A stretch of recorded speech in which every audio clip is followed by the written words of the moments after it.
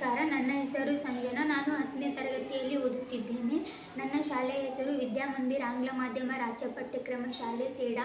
ನಾನು ಇಂದು ಭ್ರಷ್ಟಾಚಾರ ಮತ್ತು ಅನೈತಿಕ ಕುರಿತು ಮಾತನಾಡುತ್ತಿದ್ದೇನೆ. ಭ್ರಷ್ಟಾಚಾರ ಎಂದರೆ ಭ್ರಷ್ಟಾಚಾರವು ಹೆಚ್ಚಾಗುವುದರಿಂದ ಜನರ ವಿಶ್ವಾಸವು ಕಡಿಮೆಯಾಗುತ್ತಿದೆ ಮತ್ತು ಅನೈತಿಕತೆ ಇಂದಿನ ಸಮಾಜದ ದೊಡ್ಡ ಸಮಸ್ಯೆಯಾಗಿದೆ.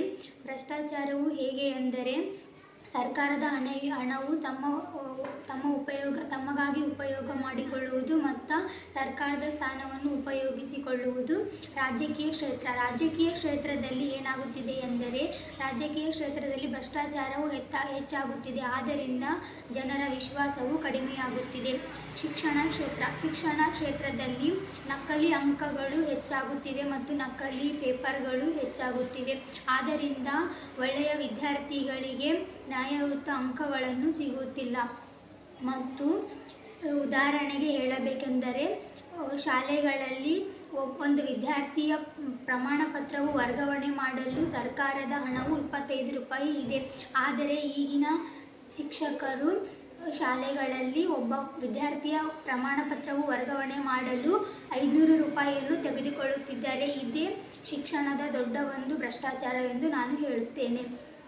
ಮತ್ತು ಆರೋಗ್ಯ ಕ್ಷೇತ್ರದಲ್ಲಿ ಏನಾಗುತ್ತಿದೆ ಎಂದರೆ ಹಳ್ಳಿಯ ಜನರಿಗೆ ನ್ಯಾಯಯುತ ಆರೋಗ್ಯವನ್ನು ದೊರೆಯುತ್ತಿಲ್ಲ. ಏಕೆ ಅಂದರೆ ಒಮ್ಮೆ ಅವರು ಆಸ್ಪತ್ರೆಗೆ ಹೋದರೆ ಅವರಿಗೆ ಡಾಕ್ಟರ್ಗಳು ಚಿಕಿತ್ಸೆಯನ್ನು ಚೆನ್ನಾಗಿ ಮಾಡುತ್ತಿಲ್ಲ ಮತ್ತು ಚಿಕಿತ್ಸೆ ಮಾಡಿದರೂ ಅವರಲ್ಲಿ ಹಣಗಳನ್ನು ತೆಗೆದುಕೊಳ್ಳುತ್ತಿದ್ದಾರೆ. ಮತ್ತು ಈ ರೀತಿ ಭ್ರಷ್ಟಾಚಾರವು ಹೆಚ್ಚಾಗುತ್ತಿದೆ.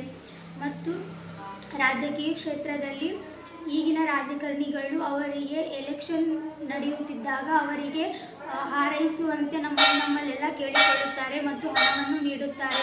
ಆದರೆ ಅವರೇ ಹಾರೈಸಿ ಮತ್ತು ಅವರೇ MLA ಏನಾದರೂ ಆದರೆ ಆಗ ಅವರು ನಮ್ಮ ಕೇರಿಗಳಲ್ಲಿ ಮತ್ತು ನಮ್ಮ ಊರುಗಳಲ್ಲಿ ಯಾವುದೇ ವ್ಯವಸ್ಥೆಗಳನ್ನು ಮಾಡುತ್ತಿಲ್ಲ. ಆ ರೀತಿ ಅವರು ಮಾಡಿದರೆ ಅವರು ನಮಗೆ ಇದು ಅವರು ಮಾಡುವ ಒಂದು ದೊಡ್ಡ ಭ್ರಷ್ಟಾಚಾರ ಎಂದು ಹೇಳುತ್ತೇನೆ. ಮತ್ತು ಶಿಕ್ಷಣ ಕ್ಷೇತ್ರದಲ್ಲಿ ಎಷ್ಟೆಷ್ಟೋ ವಿದ್ಯಾರ್ಥಿಗಳು ಅವರ ವಿದ್ಯಾಭ್ಯಾಸಗಳನ್ನು ಮುಗಿಸಿ ಸರ್ಕಾರಿ ನೌಕರಿಗಾಗಿ ಕಾಯುತ್ತಿದ್ದಾರೆ. ಅವರು ಮಾಡಿದ ಪರಿಶ್ರಮವನ್ನು ಅವರಿಗೆ ಸರ್ಕಾರದ ನೌಕರಿಯು ಸಿಗುತ್ತಿಲ್ಲ. ಅವರಿಗೆ ಸರ್ಕಾರ ನೌಕರಿಯನ್ನು ಸಿಗಬೇಕೆಂದು ಹೇಳುತ್ತೇನೆ. ನಾವು ಯಾವುದೇ ಒಂದು ಅರ್ಜಿಯನ್ನು ಸಲ್ಲಿಸುವಾಗ ಅದು ನಾವು ಆನ್ಲೈನ್ ಮುಖಾಂತರ ಸಲ್ಲಿಸಿದರೆ ನಮಗೆ ಯಾವುದೇ ಭ್ರಷ್ಟಾಚಾರವೂ ಆಗುವುದಿಲ್ಲ. ಅದೇ ನಾವು ಆನ್ಲೈನ್ ಮುಖಾಂತರ ಅರ್ಜಿಯನ್ನು ಸಲ್ಲಿಸದಿದ್ದರೆ ನಮಗೆ ಅಲ್ಲಿ 1, 2, 3 ಭ್ರಷ್ಟಾಚಾರವೂ ಆಗುತ್ತವೆ. ಇದರಿಂದ ನಾನು ಹೇಳುವುದೇನೆಂದರೆ ನಮ್ಮ ಯಾವುದೇ ಅರ್ಜಿಗಳಾಗಲಿ, ರೇಷನ್ ಕಾರ್ಡ್ ಆಗಲಿ ಮತ್ತು ಹಾಸ್ಟೆಲ್ ಅಪ್ಲಿಕೇಶನ್ ಆಗಲಿ ಇವೆಲ್ಲವೂ ನಾವು ಆನ್ಲೈನ್ ಮುಖಾಂತರವೇ ಸಲ್ಲಿಸಬೇಕು. ಇದರಿಂದ ನಾವು ಭ್ರಷ್ಟಾಚಾರದಿಂದ ದೂರ ಇರಬಹುದು ಎಂದು ನಾನು ಹೇಳುತ್ತೇನೆ. ಮತ್ತು ಇವೆಲ್ಲವೂ ನಮ್ಮ ಸರ್ಕಾರವು ಗಮನಿಸಿ ಇವೆಲ್ಲ ಭ್ರಷ್ಟಾಚಾರಗಳನ್ನು ತಡೆಗಟ್ಟಿದರೆ ನಮ್ಮ ಭಾರತ ದೇಶವು ಮುಂದೆ ಹೋಗುತ್ತದೆ ಎಂದು ಹೇಳುತ್ತೇನೆ.